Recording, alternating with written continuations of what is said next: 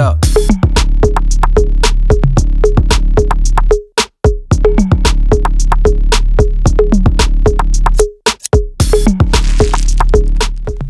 Yo, Longhairs. Welcome to episode 106 of Let It Ride. Yeah. Here we talk long hair and business, advocate for hair equality, and celebrate men's long manes with hair whips and high fives. If you're a guy with long hair, You're in the right place. recording for the first time in the new warehouse. We are in studio at the lounge, and I have to say, it's pretty darn comfortable.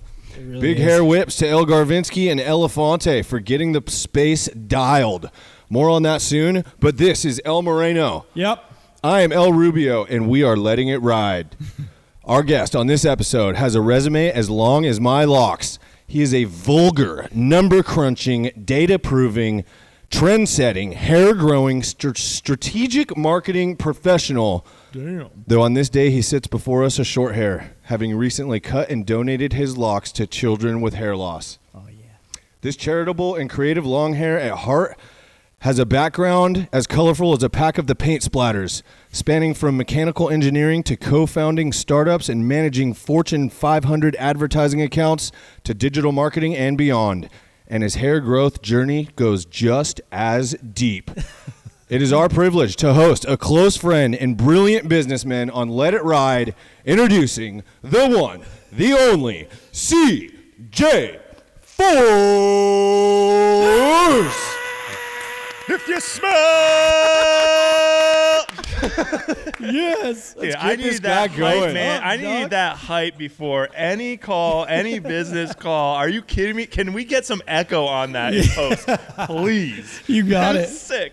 First time in the warehouse, the echo, Yeah, the energy yeah. just, You just feel reverberating. compelled to speak with a thunderous tone in this this like cathedral that you guys Yeah. have built here. Dude, hell yeah. Well, we're stoked to have you, man. I'm fired up. Yeah, man. I'll talk about all the things. Let's go. Good. We got a lot to cover. I think best, easiest way to start to bring us everyone up to speed is you and your wife, Alyssa, attended the Great Cut in 2019, inspiring you, presumably, to start your hair growth journey, which ended recently with you donating to children with hair loss. Tell us, just bring us on board. Yeah, man. What happened? You guys touched something inside me. Anyone who was at the Great Cut would say the same thing. Yeah. Yeah. I think that, the story even starts before that. Like Chris and I met in Mammoth, and just kind of hit it off over some like business shop talk stuff. Saw what you guys were doing, and then became buddies first. But as you know, this guy like lives and breathes is the brand, and came to support a friend first, kind of. Yeah. And like obviously knew what was going down there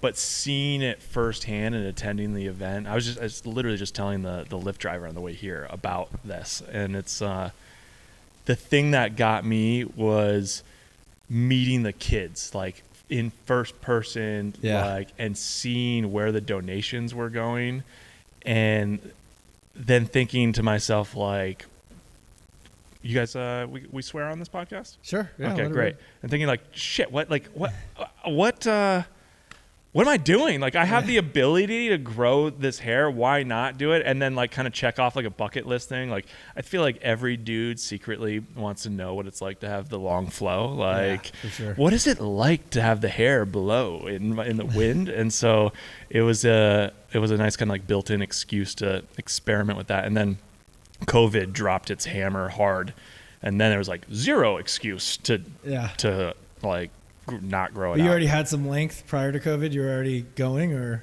where were you?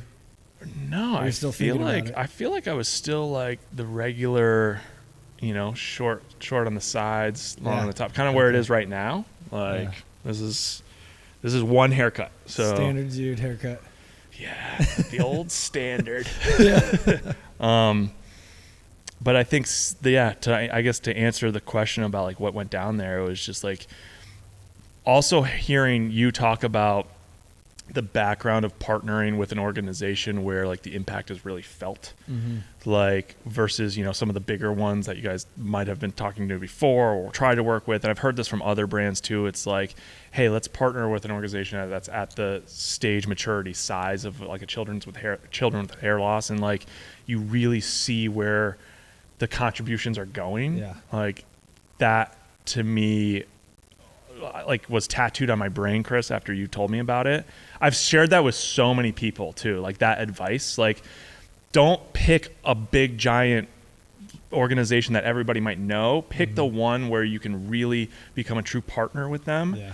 And then to hear that and then have preached it to so many people and then to show up at the Great Cut and see it and feel it firsthand myself, I was like, oh, this is where it's at. So like, yeah, that was kind of the spark that led to the journey of long hair.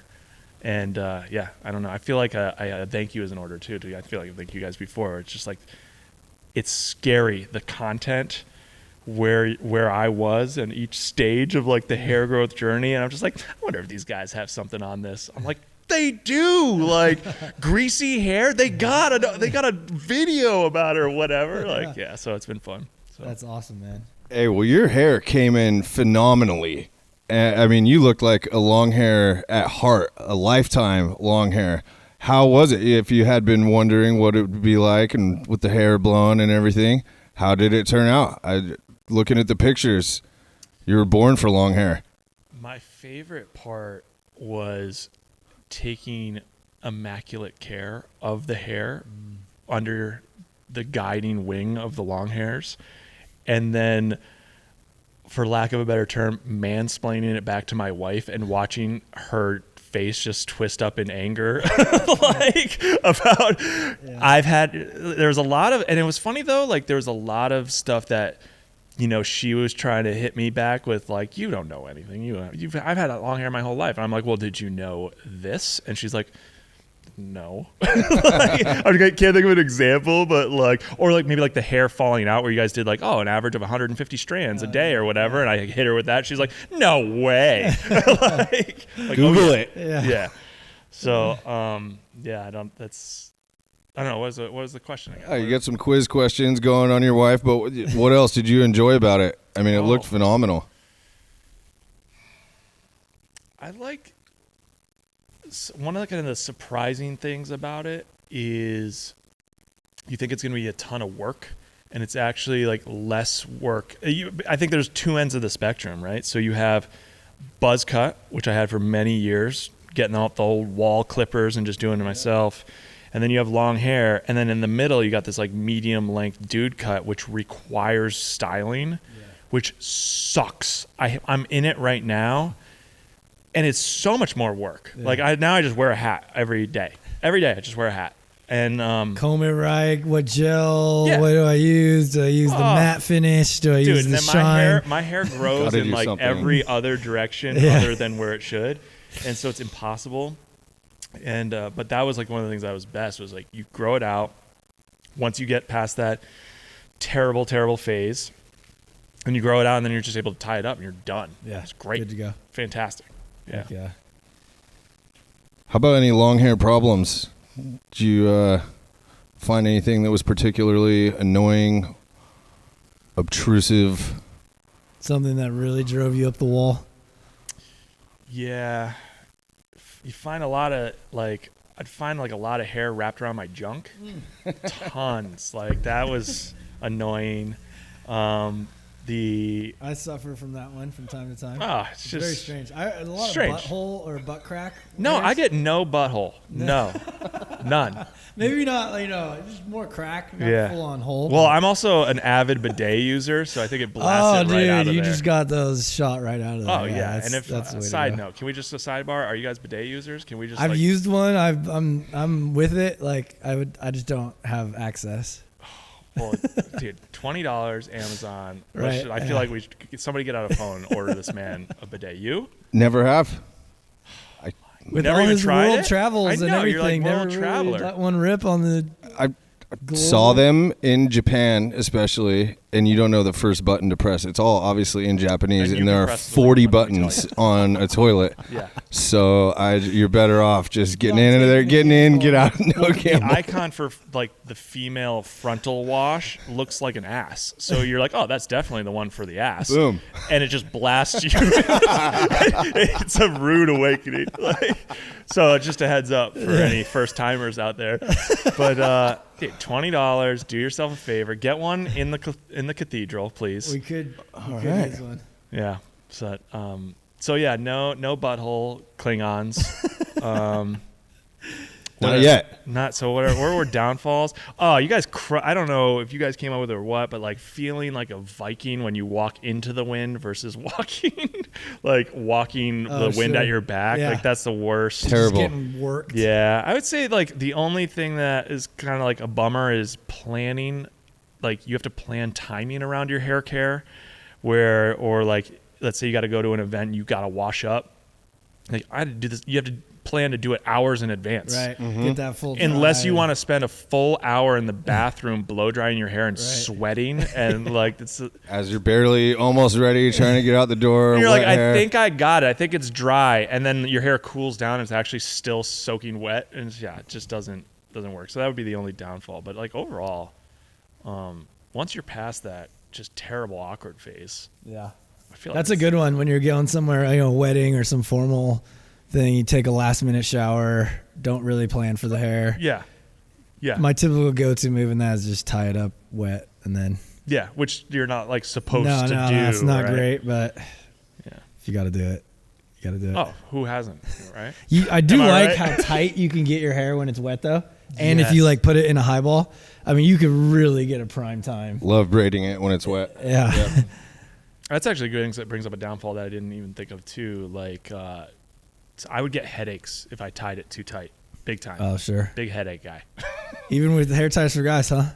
Yeah, I think it was more maybe just I got a little aggressive on the tightness. Full max, 4 Yeah. wraps.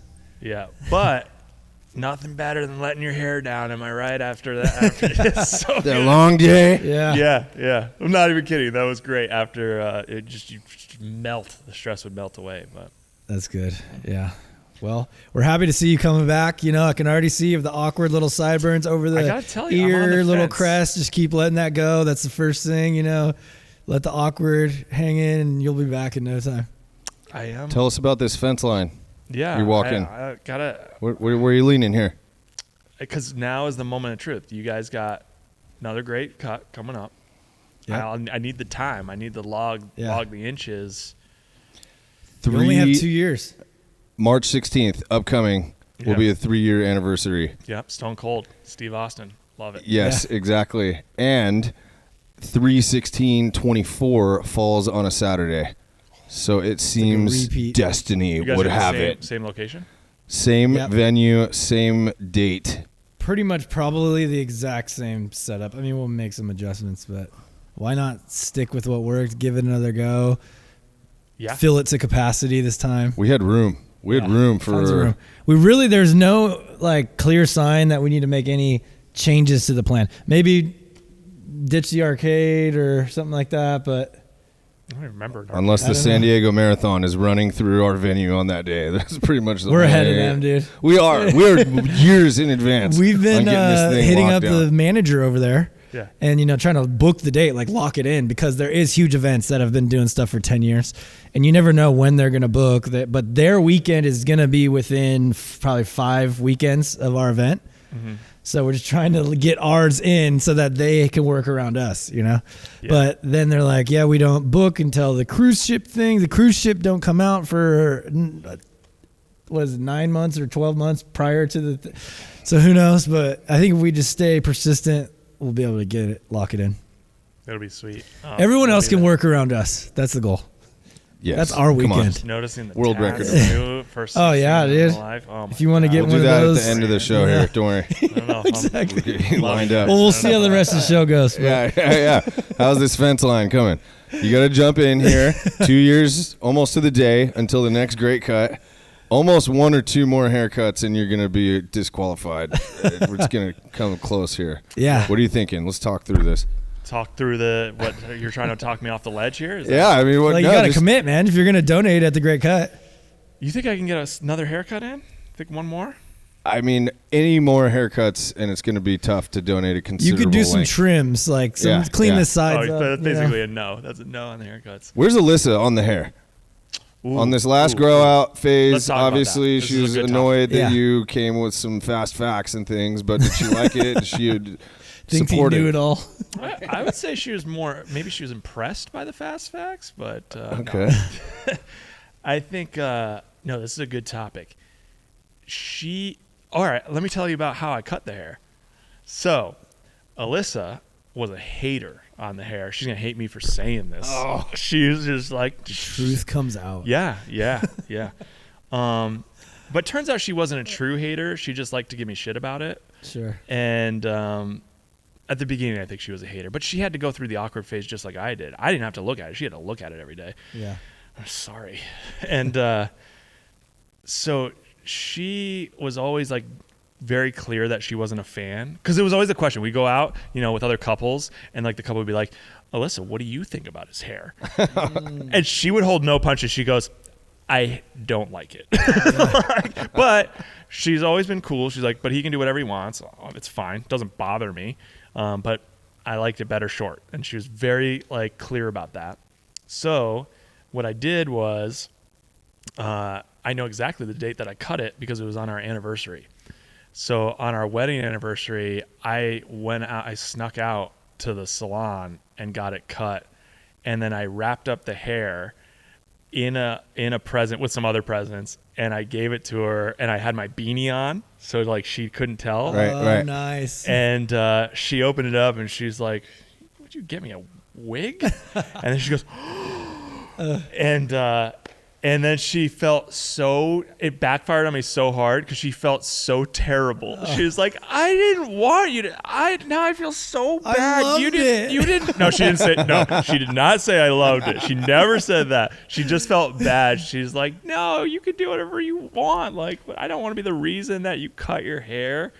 And then it's funny, like a couple days later, then I think she came around. She's like, I think I missed the long hair. Because I cut it and I went straight to like baby face. Yeah. It felt whole weird. Appearance change, vibe, everything. Well, the truth is, the full story is, I went to a salon, got a haircut, and they gave me like the Miranda from Sex and the City, and that little like a bob. No, not a bob. Oh, Miranda is like from the 90s, one. from 1990s Sex and the City, just a bad cut. Okay. It was so bad that the next day I went out and got a cut from a real barber. Wow. Because I was afraid that the barber wasn't going to know how to handle like braiding up the hair and getting it prepped. Not a bad move. Yeah. So, and I thought they might give it to me on the house, but they definitely charged me for that cut for the Miranda. But yeah, so that's Alyssa's take on it. And so I think I got the free pass to go. Okay. Or like I got the endorsement. Great. Sounds like a green light. Yeah. She's on board. Sounds like you're in for the Great Cut 2024. You're going to be donating. You're going to be one of the first guys in line. And there's no... You're doing it for the kids, man. I just want to scream out like a hell yeah, I'm in right now. But I'm like, if I do that, then I'm definitely in. And I'm like... Yeah, because we got it recorded and we can always send it to you. Yeah. Hey, remember when you said this? All I just heard was hell yeah, I'm in. Just chop it up and put that in there. Yeah. All right, here's my even if I don't grow it out, I'll be there to support, and maybe I can do something in other ways. How about that? Okay. Of course, we know. But I kind of got our back. Yeah. Do it. Hey, there are a lot of ways to support. You don't have to cut your hair to support the Great Cut. As much as we would love you to. Yeah. Yes. But let's throw it back on you. You got a lot of locks over there. I feel like you could donate now and still grow it back in time. What are you doing? You gonna plan to grow that to your knees? I will let it grow as long as I can, for sure. I do need a little maintenance trim. Probably got to get a good 1/16 of an inch taken off here. They need the longest donations possible. So 8 inches is the minimum, but they really want donations of 14 inches and even longer. So for me, even if I cut it and grew it back out, 2 donations of 12 inches or one of 12 and one of 8 would not be as valuable of one donation of, say, 30 inches. Yeah. And he's going full shave. He's committed. He's put it out on the YouTubes. He's signed the doc. Well, he's up. So he's I'm all in. Yeah. It's his Hell turn yeah. to go for the shave. So he's got it. So he could do like 30 plus or something like that, It's going to look great. which is amazing. I can't wait to see you with the cue ball. That's going to be an interesting day. But it's like 10 years from now. We don't have to think I about think that. it would be fun for you to bring back the old Healy look, the old high and tight. It would be great, dude. I'll have to do back it. out, dude. Yeah, Let absolutely. that ride for a few months. We'll have to do it. I think you should do a square top, like just like really, Street Fighter look. That would be good. Oh, yeah. Question for you, Linz. Yeah. Should we have Clinton come here? He can be here in 20 minutes. Oh, to do the plumbing? Yes. So, guys, we do have a plumbing issue over here in the background. I think we don't know. can keep it going. You can hold down CJ for 5 minutes while I tell him what. Yeah, I mean, we got to take all the drywall off. We're going to reroute. He's going to be cutting. If he's down, fuck it. But it's going to be, got to unscrew all the drywall. We only have a tight window with Garv here. You got that right. We're in. We're doing it. I told him to come. So we're going to meet Clinton. Long hair. Put him on a mic. He'll Is be he down. long hair? Yeah, he's long hair. Oh, get him on the mic. Yeah. He's our guy. He's done some electrical, some plumbing stuff here. He's stoked to be here. Last time he's like, so what, you got to be long hair to work here? It's pretty funny. So a little bit on the new space, we have just been continuously, endlessly working on. As you can see, getting text message mid mid podcast. And have to make a decision on. Urgent matters assaulting us from all angles at all times. Thus, the need to get the plumber in here as soon as possible. But before we get too much deeper, let's take it back a little bit, CJ. We have related backgrounds in the digital marketing world, the business ownership world. You've been in some agencies. You've started a number of brands on your own. Take us back a little bit into your marketing background and tell us how you started getting into the digital world. Oh man. Now, you were in an agency, right, for a long time. Yeah. So it's kind of long. Let me give you I'm just like packing it up in my mind. So I started a couple companies in college. That's why I got to start there. But I went to school for engineering, and I always say like I'm a recovered engineer, and like because just. Can we define engineering just so everybody understands? Because there's a lot of different engineering out there, right? Oh, I drove a train. No,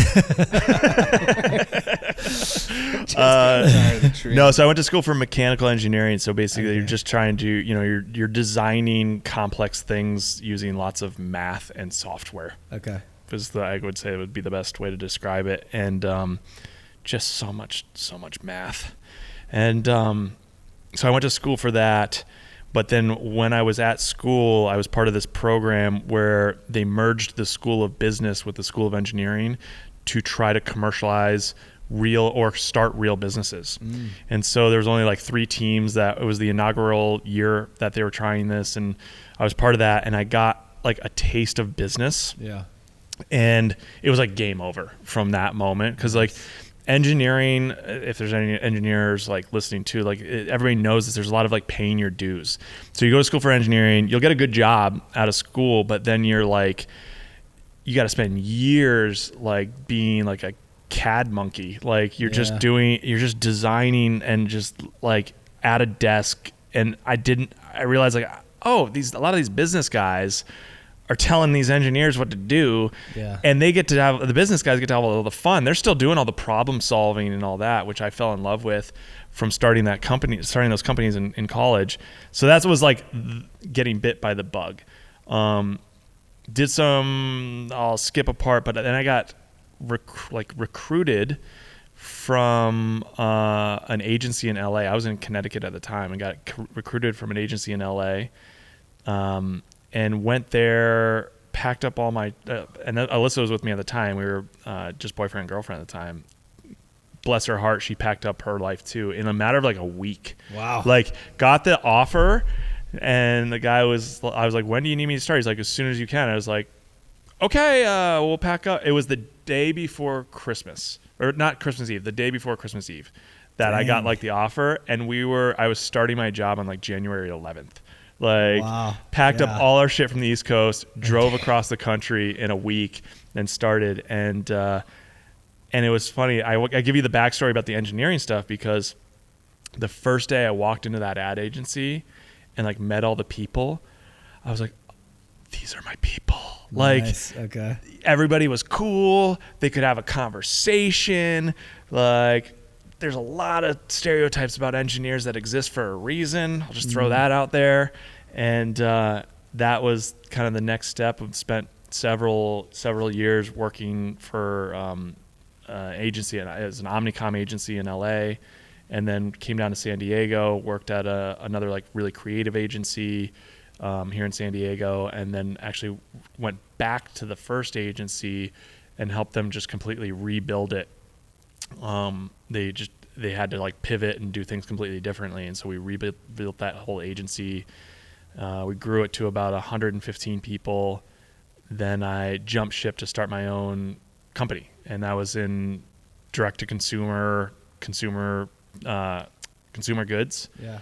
In the all natural pain relief space of all places, and learned a ton there. Did that for 4 and something years, maybe 5 years. Okay. And learned a ton there. And then recently, it was only like a year ago, is my next business was a digital marketing agency called Vulgar. And hence the intro. If you yeah. catch that. And He's a vulgar man. Yeah. Also, I brought you guys some teas. Oh, sick. And so started that. It was actually our 1 year anniversary yesterday. Awesome. And Congrats. so we're 5 people now, and it's just been a hell of a ride working our asses off. So did the company prior, did you sell that, or what happened with that? No, so I sold my shares back to my co-founder. I still own a percentage or a little bit of the company. Yeah. And sold my shares back. It was an amicable breakup, which is like super, super rare. Yeah. But it basically came down to like, if he takes it from where the company is now to the next level without me, my stance is like, that's all you, bro. Yeah. You get it. Sure. Go get it. And Yeah. like, I want you to be a billionaire. Yeah. And, I'll keep a little tiny chunk. And if you become a billionaire, I'll make millions of dollars too. Great. deal. Yeah. Right. So, and it's like, cause I'm not doing anything anymore. So that's, Were you just burnt out with that business, or? there's a lot of things. Sure. You don't have to go into, every We can if you specific, want. but I'm open. I'm interested in what the big thing is, though. Like, why, I think anybody who has a business or a partner or something, it could be, is a lot of time you put together, a lot of energy, all this stuff. And if it just isn't going to work, it's probably better to call it earlier than later, because things like always get nastier the more. So it came down to this for that business, and the model that we were trying to do, which is very, very common in like direct consumer goods. Like, we were raising lots of money, and we were trying to grow for an acquisition. Now which is not a profit model. Right. So like, there wasn't a lot of money to pay people. And so I was living on peanuts for like 4 years, and it just got to the point where like life things, for example, moving to San Diego was like high on my list. It's like, because what do people talk about? It's like, well, why do you work so hard? A lot of people are like, oh, so I can move to the mountains or move to San Diego and retire or whatever. I was like, well, I want to do that now. Yeah. And so it got to the point where I was like, I'm sick of living on peanuts. I love you, man, but I gotta go. Yeah. Like, I gotta go earn that money. Live like and this and it's just like, I believe in the brand and the products and all that, but it's like the model, the path that we chose was you're basically just placing a giant big bet to get the big, acquisition or growth. And that just people's money. yeah. And it just wasn't happening fast enough. Okay. And so I'm like, I gotta go. That's long story short. Yeah. And then since then, the company has completely like shifted its model and its everything, and they're doing great. So, I'm still in their corner. It's like, get it. Awesome. make me more money. Yeah. So reading your website, you talk about how, you've created a system and a model and you apply that now to was it from your experience in that? Okay. Yeah, big time. So the story behind the scenes of that is when we lived up in the mountains, my wife and I lived in a studio apartment. Mm-hmm. She, of course, worked from home. She's been working from home for a long time. She's a media director, so just working in advertising, and does a completely different thing than I do. And I got the privilege of overhearing every single one of her phone calls. And she has a bunch of clients, and I would hear her clients all say the same problems. And I would be over in my corner working on my business and be like, well, we got that figured out. Like, we can do that. I got a team for that. Like, and just kind of, that was a big part of it. And also it aligned with my passion. I love marketing, advertising. I love like learning new industries. Like now I get to work with anybody from like online education for like educating women on how to like negotiate their salaries, like one client, to like a really kick-ass photography and travel equipment brand, to like we have a zero alcohol spirit company, which is such a cool like category that's blowing up. And it's just so cool, like being able to learn all these different categories.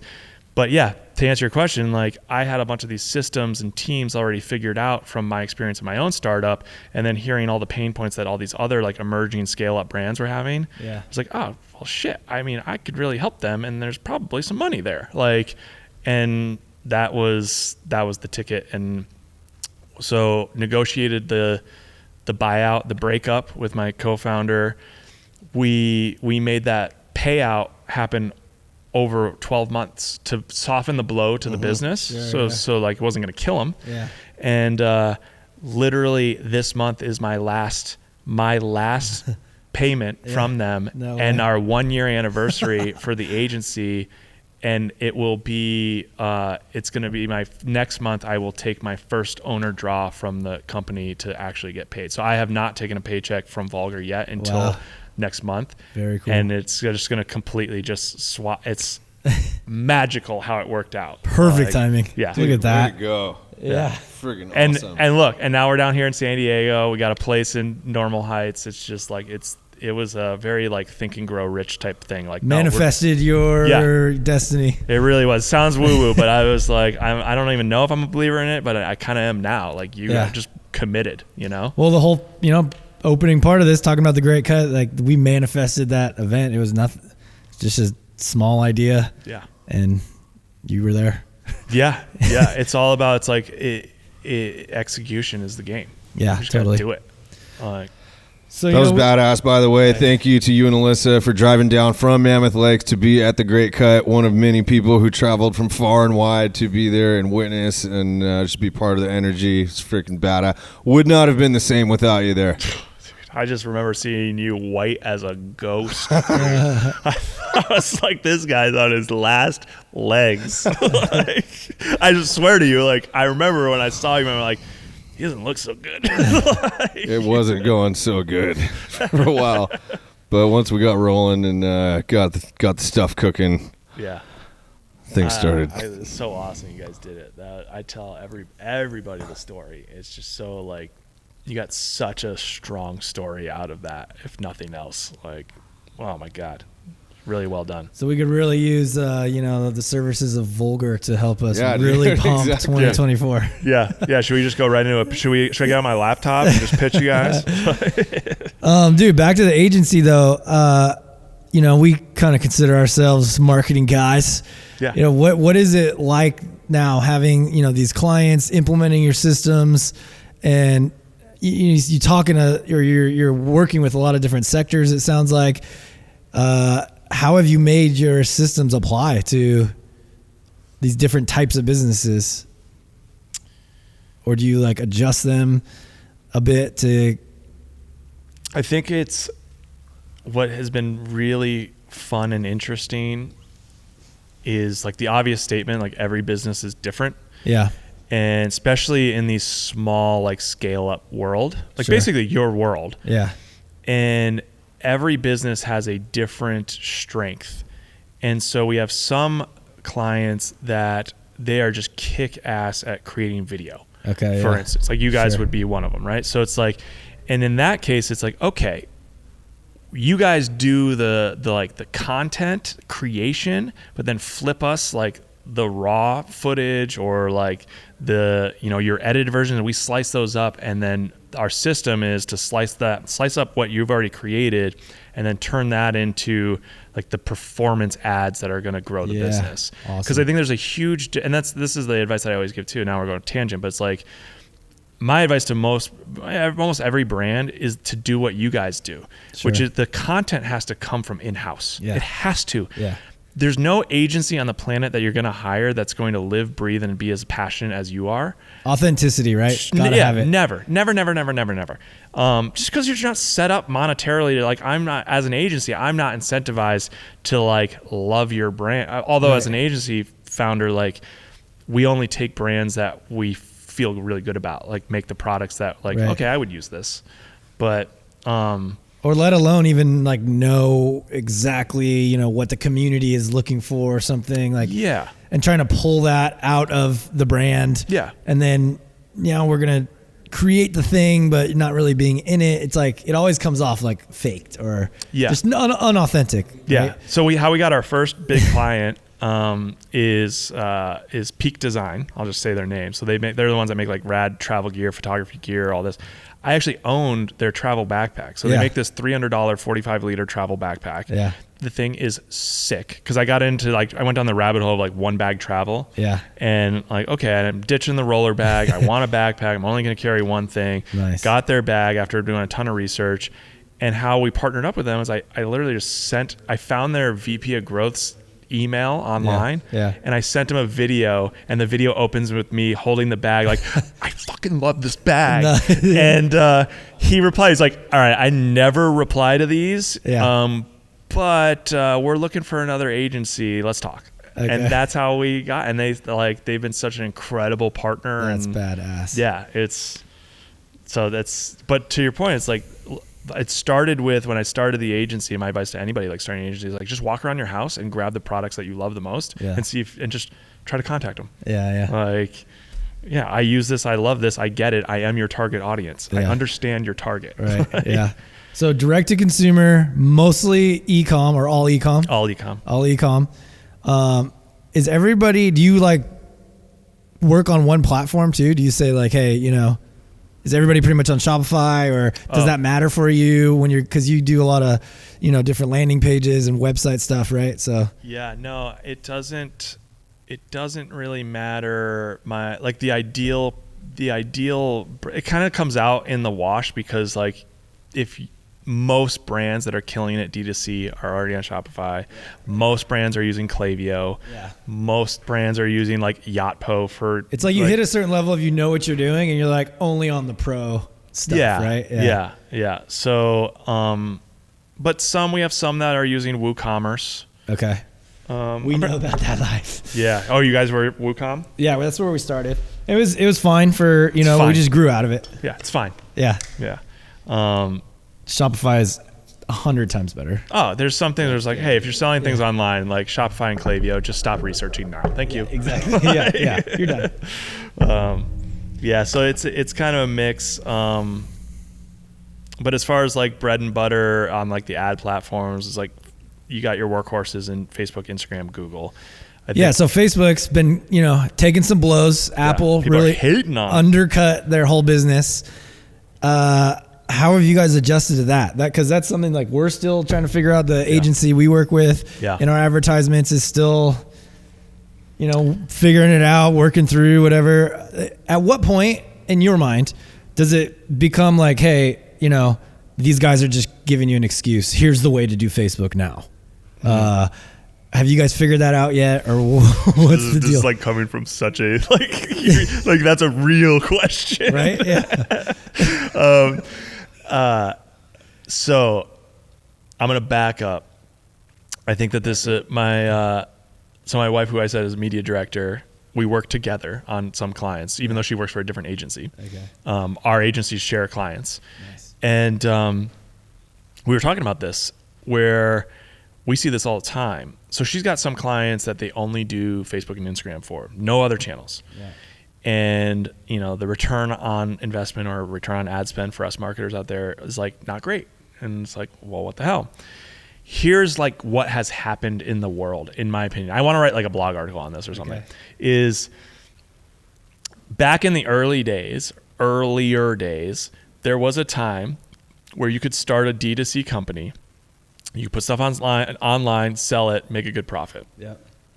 Over time, what happened was the big dogs, Facebook, Instagram, Google, Amazon, looked at that. Because what? Let me back up even more. It's like, what was the big like promise? It's like, oh, we're gonna go direct to consumer and cut out the middleman and pass on the profits to our customers, and we'll be able to take some and make better products, and it's gonna be great, and everybody's gonna win. Yeah. And it's like, Facebook looked at that and was like, we'll be taking that profit. Yeah. Just took all the margin. Yeah. And so did Google, so did Amazon, in the form of the cost of media, and so you can still make a profit in those channels, but you have to like sell the right stuff. So if you have a low average order value, which it's all things are relative, like you guys have a low average order value just inherently by what you sell, unless you're bundling every single thing that you make. Sure. And like, it's really, really hard to turn a profit on Facebook. So back to your question, like what do we tell clients? In the way that we do it is it's a 2-punch combo, where you have to be willing to either take a loss or break even on Facebook and Instagram. Mm-hmm. And a lot of clients think it's bullshit. They're like, you just can't do it. But the reason why you do that is you're filling the funnel, you're building retargeting pools, and you're making your money in search and shopping. And so like we'll run campaigns where we're like at break even or sometimes depending on the brand and what they sell at a significant loss on the top of funnel Facebook, Instagram. And then, but like our return will be like 700% or 7x on Google and shopping. Yeah. Interesting. The key is though, this is where it gets really hard for startups, like very early startups. You have to have enough budget in order to create enough demand to generate enough search. So if you're spending $100 a day, I'm sorry, you're just not going to generate enough like awareness for people to think to type in the long hairs or whatever. Which gets you no love on Google. Yeah. So then you have to do it the hard way, which is through great content, like, you know, the slow way, the and hard. Yeah. And hard. Yeah. So like that would be the path that if you're a very, very early startup, I guess it would be the warning to avoid the pitfall of being kind of sold the fallacy that is Facebook and Instagram marketing for startups. Yeah. Like those days are over. There was a time, right? Yeah. You could turn the knobs and, you know, pump up the rev, and those days are gone. Yeah. Before, Facebook, Instagram, Google, they all woke up and they're like, yoink, we're taking that margin. And so the rule of thumb that I will tell people is like, look, your average order value needs to be like minimum $50. And even then it's crazy hard. What we like to see is 150. Mm-hmm. Like that's where we can safely start to scale in like paid social. Interesting. But it's stuff.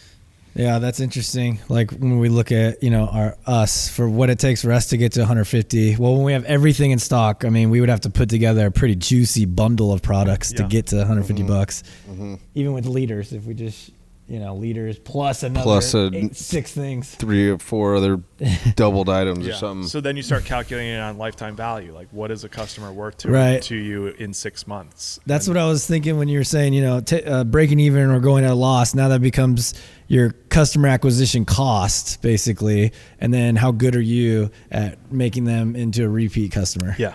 And that's where you start making it back. Cost per acquisition on average across the board, doesn't matter what client, like a good one is $32, $33. This is what consumers don't realize. Like, why does this shit cost so much? Like, because it costs $32 to get you in the door, buddy. And then not to mention what it costs for the packaging, the product, and all that. It's like, $32. And $32 would be great. Right. That'd be amazing. Yeah. Like, Interesting. So lots happening in the web right now. It's kind of exciting with like Web 3.0, you know.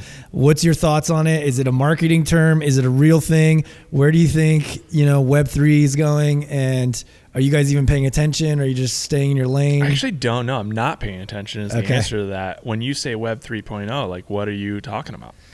I'm talking about like how crypto and NFTs and all of these things can be kind of associated with direct-to-consumer, e-com, and that kind of stuff. This is a world that I am the wrong guy to talk about. I'm living. I thought you being the agency, you slick website, you'd be like, really onto the future here. Here, it would be different if I was working at the old 150 person agency. I'm like running everything. I have no time to breathe. Sure. I know you guys know this is the world. Like, we're just trying at this point in the agency's like maturity, just thinking about when I can hire people. I just need more help. So that's all it is. Like winning business, keeping an eye on the bank account, and saying, okay, and I can hire somebody. So that's what keeps me up at night. I do have a client that's pretty into NFT, crypto, and it just seems, I guess my one read on it is there still seems to be a ton of education needed out there. So that's where this client is going, is like, we're going to be the educators. Okay. And I think one thing that's interesting, what they're doing is they provide education to women, and so that's what they're doing. They're going to go down like this path of like education about crypto, NFTs, that whole Web 3.0 for women, because it's a really male dominated thing. Totally. And one of the light bulb moments that I had with them is like, wow, you could do that for a lot of things, right? Yeah. So like just take a topic that's already been really well covered and then pick an audience and then take that topic and adapt it into the language of that audience. Yeah. Like that's kind of what you guys do. Is hair care a novel? No, like these are problems that have been very much solved. Right. And you're just taking it like, oh, let's change it into the language for dudes. Yeah. Throw a little sauce on it. Yeah. Yeah. Spice it up. Bro it up. Bro it up a little bit. Tell you the story. You guys are like, yeah, we know that. Yep. We've done our fair amount of Googling on all the ladies' sites. Yeah. Well, I mean, dude, think about it. Like just everything we sell, it's not like we have any unique, groundbreaking invention. We've come up with a superior product and a clever way to market it. Yeah. But it's a hair tie. Shampoos, conditioners, hair care bra. I mean, it's just... It is the world's best. It is. No. Like, no doubt. But just to your point, I was saying, like, we're not special with the products or anything. But what is special is the way we've been able to recognize the audience and speak directly to them and make it fun and build that community. Yeah, it's why I grew my hair for 2.5 years or whatever, how many years, and chopped it all off. It's working. Yeah. It's working. And that's something, I feel like that's a big thing gets thrown around a lot right now is like community. We're building our community and everything's about the community and stuff. And it's like, yeah, you guys started your thing like 6 months ago. You don't have any a lot community. of lip service like, out there. What are you talking about? Yeah. Or trying to build a community around a product. I think some brands can do it if they really have like their product is just so dang good that people it's a lifestyle thing for them, right? Yeah. But it's really hard to have a product and try to be like, we're going to build this community around this product. Yeah. And this. Can you imagine if you started in reverse? Like you started with the hair ties and you're like, yes, let's build a community around hair ties. You'd be like, that's so dumb. We would not be here right now. It sounds ludicrous. Well, we had the idea first of hair ties for guys. Yeah. And we were working on it and mulling it over. And long before we launched it in any way, we had took a couple steps back and like, wait, okay, there's more to it than this. And that's where we eventually came to the long hairs and okay, this is a lot bigger than just hair ties. And then we didn't end up launching hair ties for guys until a year after we launched the brand. Yeah. So we were in peril of potentially trying to do that, but we, had the foresight to think it through a little bit further before just throwing out the hair tie idea. And I think that came with our marketing experience, working with other businesses, whatever, intuition, fraternity, all those things combined was like, we can't just launch hair ties. Well, we didn't even have any. to be honest. So I ask people, what if we would have just launched hair ties for everyone? Like, would people, push back against hair ties for guys? Oh, there shouldn't be. If we just launched hair ties for everyone, it would be hair ties for no one. It would be nothing. It would just no one would care. We had to really carve out a niche for something again that had been had existed before, but being able to again come up with a superior product, but also just speak to the group that's no one's talking to. Yep. Yeah. Yeah. And it could have been the exact same thing, and it wouldn't be what it is now. It's the community that drives them in, and the education, and I like this brand, the buy-in. Now I have to try this. Yeah, it's like I mentioned before. Like if you're creating content, like if any brand out there is like, oh, we should create content, it has to come within the walls of that brand. Yeah. You cannot outsource great content production. Right. You can't. No. Yeah. I mean, you can recruit people to help you capture it. Right. Like not everybody can or should have a videographer on staff. Yeah. But like the person who's responsible for managing and coming up with the content like has to live and breathe the brand. Otherwise it's inauthentic, like 100%. Yeah, I'm staring at those hair ties and I'm like, I can't even imagine if somebody handed me those and I didn't know this didn't exist, this whole thing. Or like, create a community around these. It's just like, no chance. Yeah. No chance. Crazy. But, yeah, that's cool. Hey, well, you wrote a really fascinating and to us just a freaking awesome article on LinkedIn about your observations of the Longhairs brand and how it had inspired you to grow your hair out, and kind of pulled a few takeaways from your observations of our brand. It was a fantastic article. We'll link it up in the blog post here for the show. But we appreciated that, man. And it was some really unique insights that I can't say anyone has really pointed out before. But you mentioned a moment ago just the authenticity, and that's really what has come out through the content. Yeah, I forgot what I wrote in there because it's been a while. Yeah, but like it was really great, man. But yeah, I thought that was me very much reflecting on I wrote that I think like the day of or the day after I cut my hair, and it's like looking back and like how did a brand do this? And this is like it's a crazy thing. Like brands can't even get people to fill out a form on the website, and you guys got me to grow out my hair and for months look like an idiot and like deal with the awkward phase and being called I look like a girl, and I did all that. And this is not like blowing smoke. It's like seriously because of the long hairs. There's no other reason that I grew out my hair. And like I don't know. It was just so like if every brand was able to execute the playbook that you guys have, it'd be scary. Like, can you imagine if like $1 billion brand with some real firepower is able to get their shit together enough to like execute? Like, it'd be crazy. Like, well, there's some that do. But it doesn't come across like it's so weird. I mean, I think what Nike has done with it's like secondary market shoe culture is totally it's pretty almost amazing. Like it's so like it's that's so seamless that you don't even know they're behind it. It's kind of crazy. Yeah. That's like puppet master tinfoil hat level like manipulation going on. Like this is nuts how they're doing. Yeah, you're right. But like there's something where you get to a certain level of big where it feels corporate because you just have too many players involved. Yeah. And it loses its soul. Like, and I think that everything that you guys do at your size, and I don't know how you keep holding on to it, but it has a lot of soul in it where you really feel that it's coming from everybody involved. Like, and it's funny, it's somehow, some way, even like with Charlie, like pulling it off, dude doesn't even have long hair. Feels authentic. Don't know how, does. Just our guy. He's the guy. He's our guy.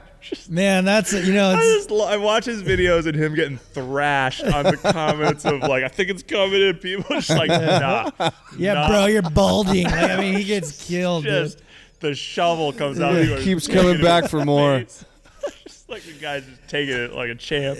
Speaking of Charlie, big disappointment this week. He was growing it out. He probably had it the longest he's had that I can remember. Honestly, no doubt. He maybe he surpassed maybe his longest by a few millimeters. For sure. and then he just got a haircut. Like Yeah, what happened? His wife was just, I guess, pounding it. Like he tried everything. His Couldn't wife handle pulled the heat. his wife pulled up a picture of Steve Buscemi, like the worst photo ever that he's taken when he had long hair, and said, "This is what I think about when I see you. When I think about your hair." That was the knockout punch. That was the You looked at knockout me. punch, dude. File that under knockout blows. Absolutely, just and literally the next day. He even made a video to me and Linz and sent it over with his reasoning and his. You got to appreciate the guy. You know, he did it reluctantly, but when you're getting shots like that from your own wife, what are you gonna do? Savage blow. His wife not as nice as yours. She, she didn't do the, oh yeah, I can't believe you cut it. I was liking it. It was just like, thanks, babe. You're so much more handsome, Charlie. Exactly. Do you think it had anything to do with like his wife catching him laying on the couch applying lipstick with his hit list on the wall? Like, no, guys, we got the reference. Come on. I think it's a Billy Madison, right? Steve Buscemi in Billy Madison. Yeah. Right? Oh yeah, Billy Yes. Madison. Yeah. Billy Yes. Madison. Yeah. I got you. We can't really say, to be sure.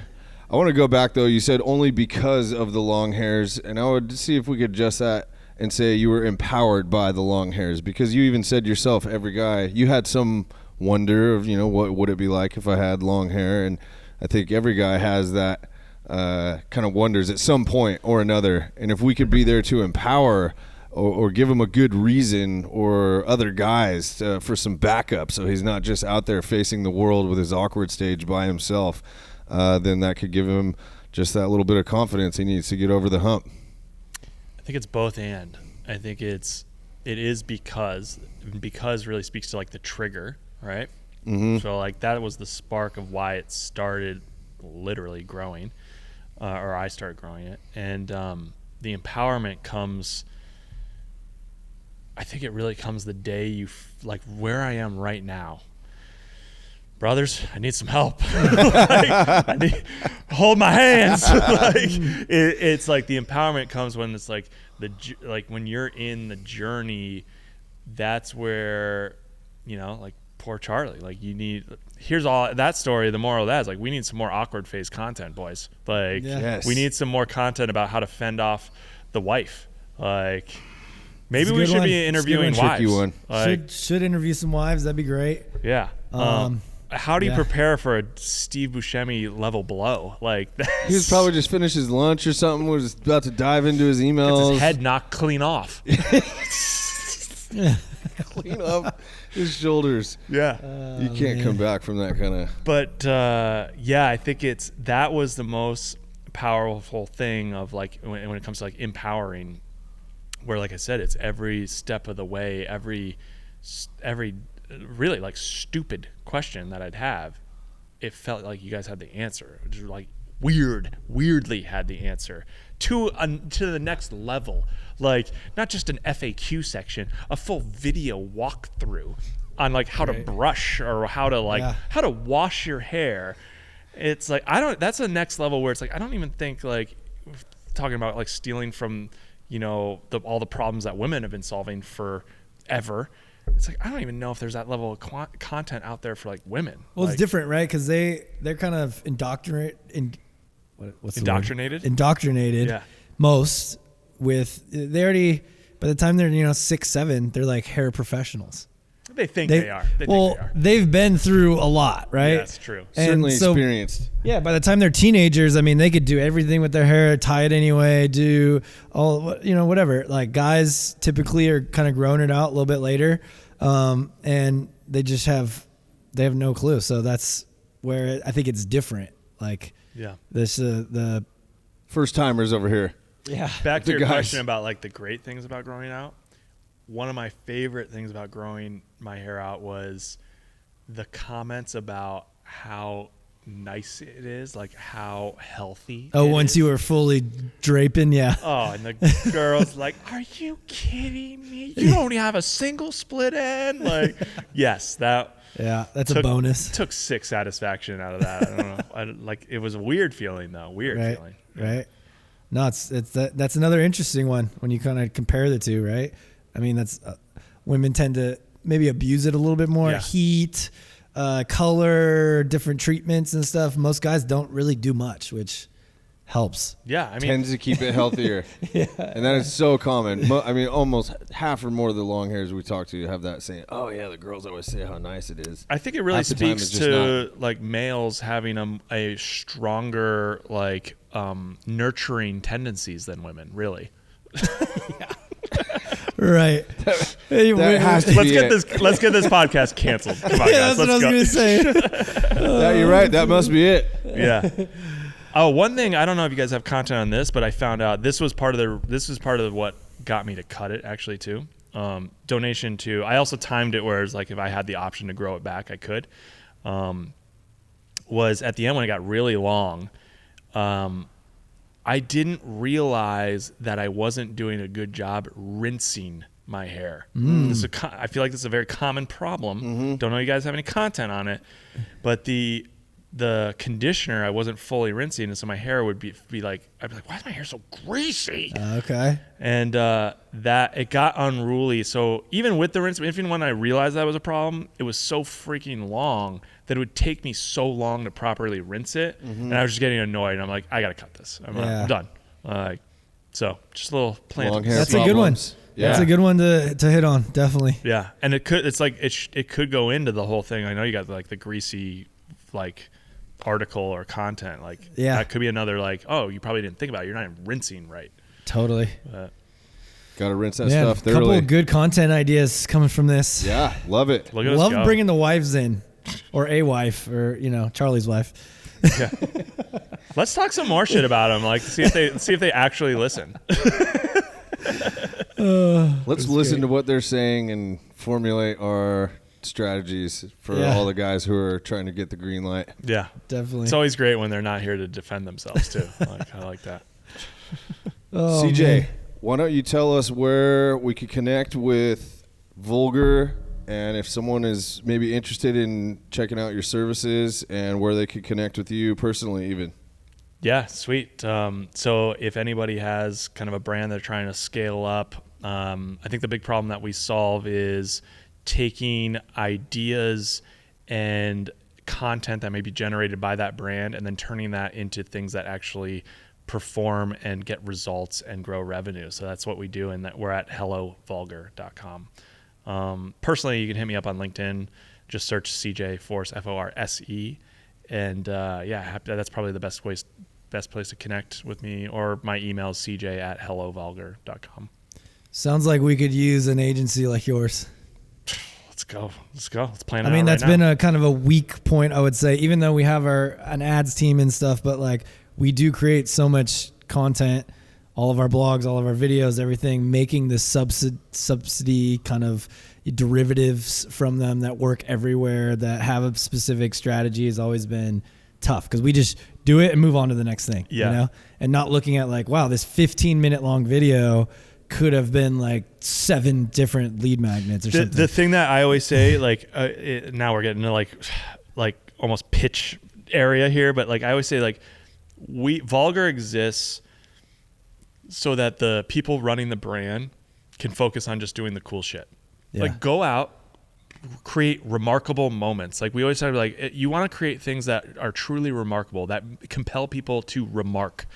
Go do that stuff. Go focus on getting picked up by the press. Go focus on creating like really cool content, and then just flip it to us, and we'll create the stuff that's like the ads. And because it's like, anybody who's ever done it, it's fun to create ads like the first several times, and then after that you're like, I hate this. I just want to create the cool, like I want to go shoot the video. Like, and so that's what we're really, really good at, is like upcycling stuff that we already have. Like that's our sweet spot. That's what we love. Like now I feel like I'm pitching, but I'm not. Like you guys are totally like one of those like dream clients where you have a plethora or a library of all this stuff that we could dice up and create some cool, really cool We got shit. 2 terabytes for that ass. Let's go. I never had thought about the term remarkable and what that means, but I love that. Yes, it is worth remarking on. Yes. Yeah. Make something worth remarking on. Yeah. One more question that was coming to mind. At your agency, you have a copywriter, designer, developer, an account manager, Video editor. and a video editor. Those are your 5? Yeah. Are you the copywriter? No. You have a copywriter. Nice. Yeah. I've seen a lot of your copy, man. You could write for the Longhairs. You're a very talented copywriter. I thought you would be doing it over there. Cool. Thank you. Well, you're trying to Appreciate do everything, so if I could get one thing out of my hands. Yeah. If you're reading the copy on the site, that was me. Okay. But yeah, not for the work that we Oh, so you write for your own, but not for your clients. Real nice. Well, yeah. Yeah. Well, I mean, we get the cream of the crop, if you know what I'm saying. Yes, dude. I know it. Well, great stuff, man. Pumped on Vulgar. Pumped to get you into the new. We hardly commented on it, but you are our first guest. Inaugural guest in the new professional setup. I mean, look at the difference, guys. You can just tell on the quality. I know. I'm really not worthy. No, you are. No, and seriously, thank you for having me, and big congratulations to you guys and all your success. And this is. I know when you're in the trenches what it feels like. It's just the job is never done, and it never feels like there's a moment to really take a time to pat yourselves on the back, because you're just like, we're not there. We haven't done anything. At least that's how I used to feel. Yeah. And I think you guys should take a moment to revel in where we're sitting. It's incredible what you're doing. So no, we do that. Nice work every day. Just from up there. We really just actually we do too much patting ourselves on the back. Gotta get some work done. Yeah, we need a little less less of the patting. No, dude, that's a great message, man. It is hard to you do often say, well, we haven't even done this, we haven't gotten this, or we don't have this done, or we haven't done this, and even just in this past month, looking at this place, what's happened in the last 30 days, it's pretty remarkable. It is. There's a lot to remark about here. No, it is. You know, it definitely checks that box. For yeah. Sure. Look at us. We're creating remarkable content right now. Perhaps. Definitely. Maybe not. I mean, if anybody's still awake listening to me yammer on at this point, good on you. Hey, quick hair whip to El Garvinsky for setting up the new space here. The studio looks badass. Yeah. He's out there. He's producing, putting the cuts together for us. Way to go, Garv. He will have his own camera, on the next one, so you can cut to him too. Yep. And then you're going to have to talk. All right, bro. Great stuff, man. Thank you. Let's. Until next time, bro. Cheers. Keep letting it ride. Oh, maybe have me back for the hair grow. Cheers. Dude, it sounded like you were on. That was the last thing I heard. Cheers.